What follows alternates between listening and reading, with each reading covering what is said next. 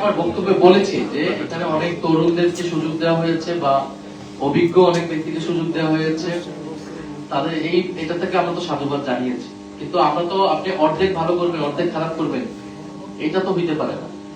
আমরা তো চেয়েছিলাম পুরো মন্ত্রিসভা এমন একজনও থাকবে না যার বিরুদ্ধে প্রশ্ন তোলা যায়। সেই জায়গা থেকে যাদের বিরুদ্ধে প্রশ্ন এসেছে আমরা তুলছি, সেটা যাতে পুনর্বিবেচনা করা হয়। কারণ না হলে এই মন্ত্রিসভা আসলে জনগণের যে আকাঙ্ক্ষা, দুর্নীতির বিরুদ্ধে যে অবস্থান, সেটা তো আসলে নিশ্চিত করতে পারবে না। কারণ আপনি দেখেন আরো এরকম কয়েকটা বড় বড় বাজেটের মন্ত্রণালয়গুলো দেওয়া হয়েছে বিভিন্ন ব্যবসায়ী এবং যাদের ঋণগ্রস্ত যারা, ফলে তারা তো এই মন্ত্রণালয়গুলো থেকেই দুর্নীতির এবং আর্থিক অস্বচ্ছতার কার্যক্রমগুলো করবে। একদিকে তারা বলতেছে প্লট নিবে না, তারা গাড়ি নিবে না, কিন্তু তারা ঋণ খেলাপিদেরকে সংসদে নিয়ে গেল, ঋণ খেলাপিদেরকে তারা মন্ত্রিসভায় স্থান দিচ্ছে।